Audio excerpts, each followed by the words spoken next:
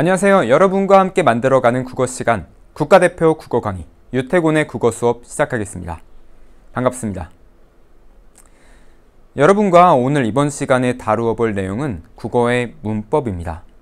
문법이란 언어를 설명하는 법칙을 의미하는데요. 우리가 일상생활에서 이렇게 사용하고 있는 그 언어에는 일정한 규칙이 있습니다. 그러한 규칙성을 바탕으로 일정한 정형화된 패턴을 만들어서 학문으로 정립해놓은 분야가 바로 문법이라고 볼 수 있겠죠. 언어마다 문법을 정의하는 기준은 다양한데요. 우리가 학교에서 국어를 정의하는 문법은 크게 세 가지라고 볼 수 있습니다. 첫 번째는 의문론입니다.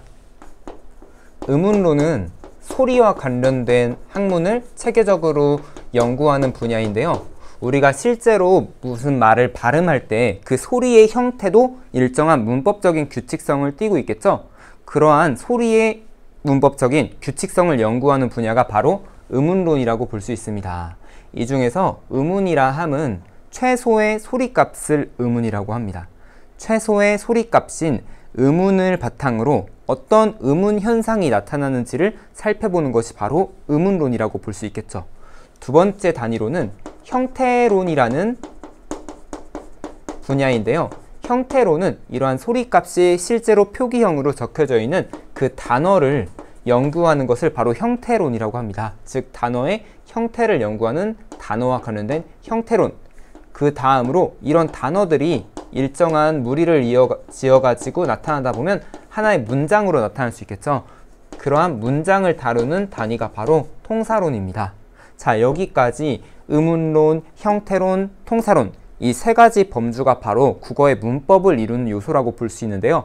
우리는 이 의문론을 바탕으로 개념을 입문하고 문을 열고 들어가면서 개념을 파악해 보도록 하겠습니다. 자, 의문론이란 과연 무엇일까?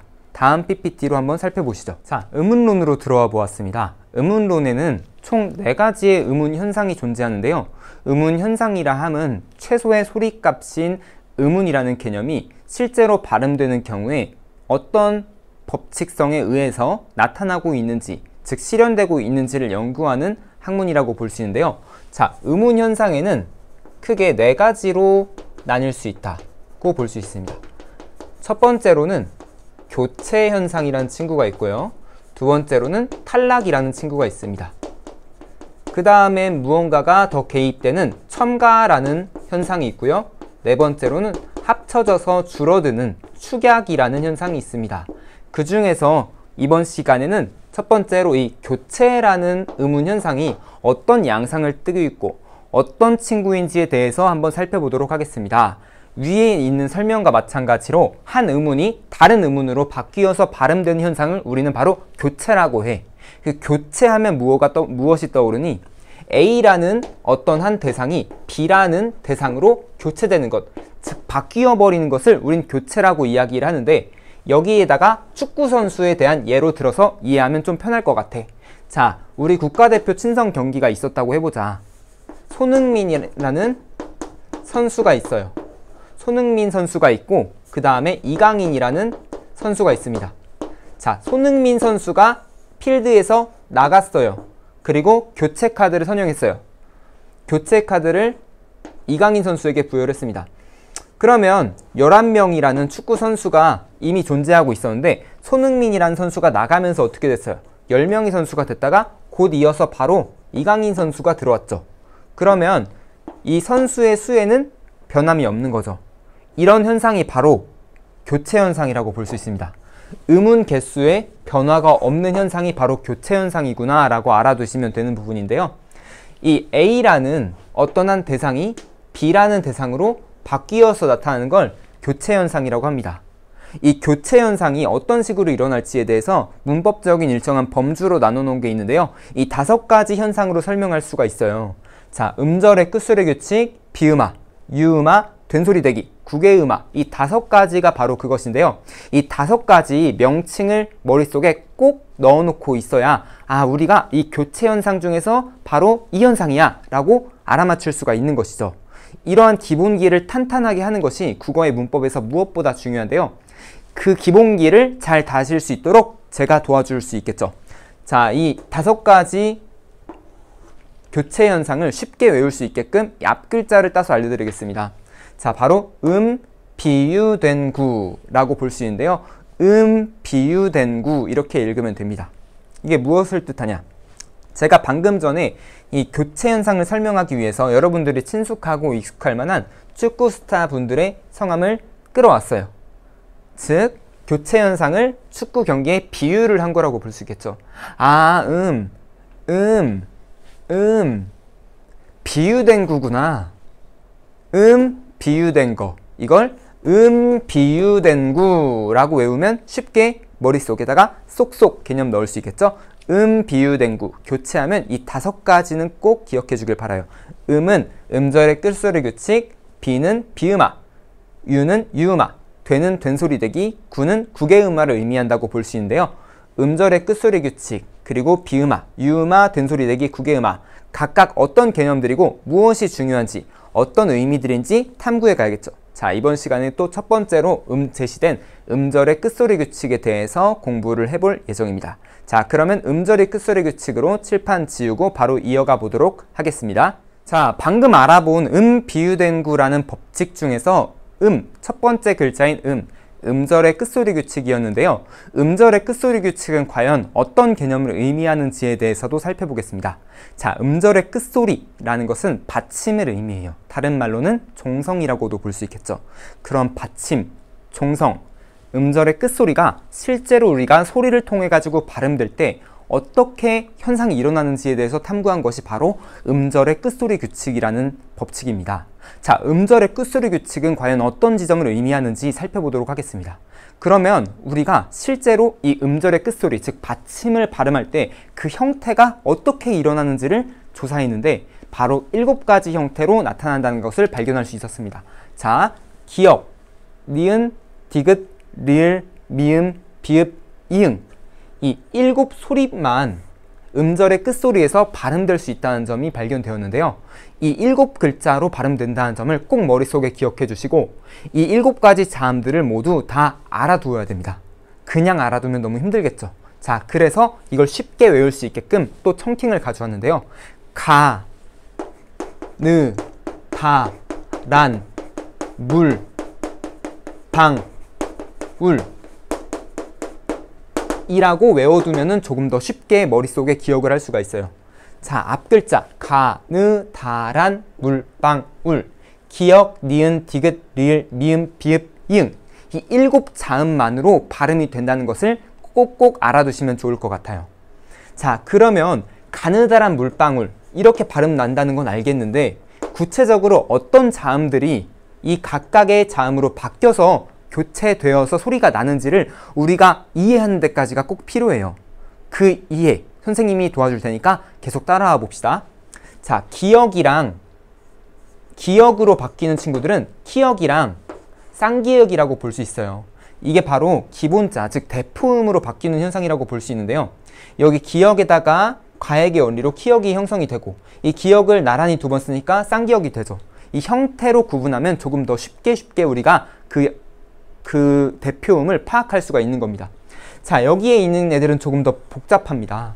치읓, 지읒, 시옷, 티귿, 히읗 이 친구들이 쌍시옷까지 이 친구들이 디귿으로 바뀐다고 해요. 자, 이걸 모두 다 외워둘 수가 없을까요?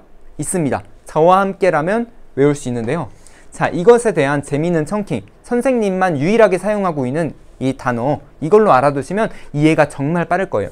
치읓, 청, 장, 신, 태, 호, 시, 디귿으로 바뀐다. 이게 무슨 말이냐? 청장은 경찰청장이라고 생각해주면 좋을 것 같아요. 경찰에서 높은 신분인 경찰청장인 신태호라는 인물이 실제 인물 아닙니다. 있다고 가정을 해봅시다. 그러한 신태호 씨를 도둑이 만났다고 생각을 해보세요. 어떨까요? 아주 덜덜덜 떨릴 겁니다. 즉, 청장 신태호 씨를 만나면 도둑이 덜덜덜 디귿으로 대표음화 된다라고 알아두시면 여러분들이 보다 쉽게 기억할 수 있을 것 같아요. 꼭 공책 펴서 선생님이 알려준 이 잘 쉽게 외우는 이런 패턴들 꼭 필기해놓고 여러분들의 머릿속에 다 넣어가지고 가길 바랍니다. 이것이 바로 그 국어의 기본기가 되어줄 거예요. 자, 다음으로 비읍으로 대표음화 된다고 볼 수 있는데요. 그것에 속하는 자음은 피읍이라고 볼 수 있습니다. 즉, 기역으로 대표음화 되는 것과 비읍으로 대표음화 되는 이 친구들은 비교적 형태가 비슷해서 알기 쉬울 수 있어요. 하지만 여기 제가 알려드린 이 청장 신태호씨, 대표음 디귿으로 발음되는 이 친구들 헷갈릴 수가 있거든요. 특히 이 시옷이라는 친구. 하지만 선생님이 알려준 이 청장 신태호씨 덜덜덜 디귿, 이 개념을 꼭 기억한다면 헷갈릴 일이 아마 거의 없을 겁니다. 자, 그 다음에 재미있는 것 또 하나 알려드릴게요. 쌍디귿, 쌍지읒, 쌍비읍, 이 친구들은 받침, 끝소리로 아예 안 쓰이는 친구들을 의미하는데요. 이것 또한 뭐 꼭 외워둘 필요는 없지만 들으면 잊어버리지 않을 겁니다. 선생님이 추구하는 강의의 방향은 여러분들이 열심히 복습하는 데에서도 그 학습 효과가 있지만 제 수업만 열심히 잘 따라오고 그것을 집중해서 듣는다면 분명히 듣고 난 이후에도 그냥 설명만 들은 것이 아니라 개념이 머릿속에 콕콕 박혀있는 그런 놀라운 경험을 할 수 있습니다. 그러니까 집중력 꼭 유지하고 계속 따라와 주세요. 자, 쌍디귿, 쌍지읒, 쌍비읍, 이 친구들은 받침으로